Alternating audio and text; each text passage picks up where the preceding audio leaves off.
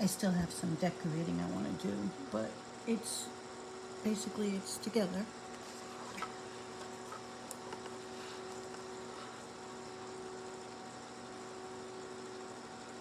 All of this tape, I want to cover it up and make it look prettier because I can. But it is all together now.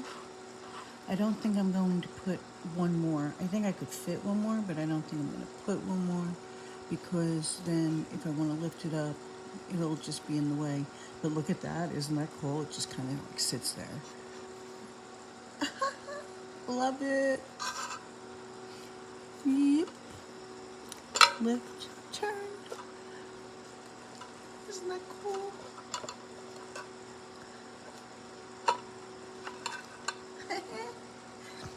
I think that's so cool.